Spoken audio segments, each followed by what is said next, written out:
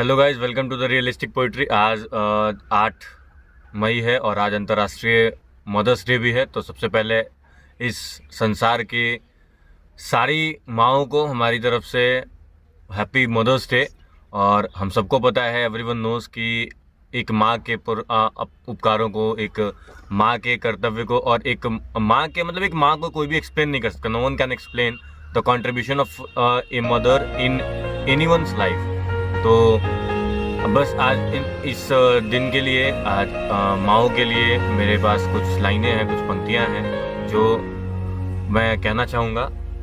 तो ये कुछ ऐसे है कि घुटनों से रेंगते रेंगते कब पैरों पर खड़ा हुआ, घुटनों से रेंगते रेंगते कब पैरों पर खड़ा हुआ, तेरी ममता की छाँव में न जाने कब बड़ा हुआ, काला टीका दूध मिलाई आज भी सब कुछ वैसा है, एक मैं ही हूँ मैं हर जगह, प्यार ये तेरा कैसा है, सीधा सादा भोला भाला मैं ही सबसे अच्छा हूँ, कितना भी हो जाऊं बड़ा मैं आज भी तेरा बच्चा हूँ, मैं आज भी तेरा बच्चा हूँ। कैसा था नन्हा बचपन वो माँ की गोद सुहाती थी, कैसा था नन्हा बचपन वो माँ की गोद सुहाती थी, देख देख कर बच्चों को वो फूली नहीं समाती थी, जरा सी ठोकर लग जाती तो माँ दौड़ी हुई आती थी, जख्मों पर जब दवा लगाती आंसू अपने छुपाती थी, जब भी कोई जिद करते तो प्यार से वो समझाती थी, जब जब बच्चे रूठे उससे माँ उन्हें मनाती थी, खेल खेलते जब भी कोई वो भी बच्ची बन जाती थी, सवाल अगर कोई ना आता टीचर बन के पढ़ाती थी।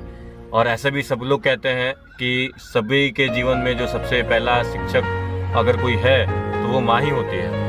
तो सवाल अगर कोई ना आता टीचर बन के पढ़ाती थी, सबसे आगे रहे हमेशा आज सदा ही लगाती थी, तारीफ अगर कोई भी करता गर्व से वो इतराती थी।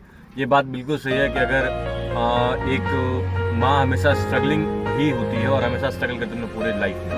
तो एक माँ के लिए उसका बच्चा अगर सफल हो जाए तो इस बात से ज़्यादा खुशी, इस बात को एक्सप्लेन करने, इस बात को कहने से ज़्यादा खुशी इस माँ को कभी किसी और काम में नहीं मिल सकता।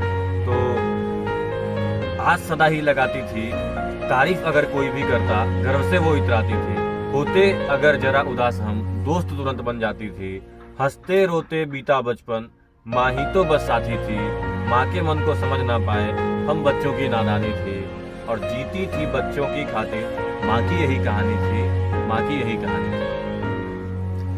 बेसिकली ये एक छोटा सा ट्रिब्यूट है सारे माँओं के लिए। और चूँकि ये हमारा खुद का अपना लिखा हुआ नहीं है, बस एक भावनाएं हैं, कुछ चीज़ें हैं, क्योंकि अपने अपने फीलिंग्स को एक्सप्रेस करने का तरीका सबके पास होता है, सब लोग अलग तरीके से एक्सप्रेस करते हैं। लेकिन एक बात मैं सबसे जस्ट रिक्वेस्ट करना चाहूँगा कि अपने माँ को हम जब मर्जी हो, जैसे अपने दोस्तों को साथ अगर हमारा कोई दोस्त हमारी मदद करता हो किसी बात के लिए तो हम तुरंत उसके लिए सारी फॉर्मेलिटीज निभाना शुरू कर देते हैं।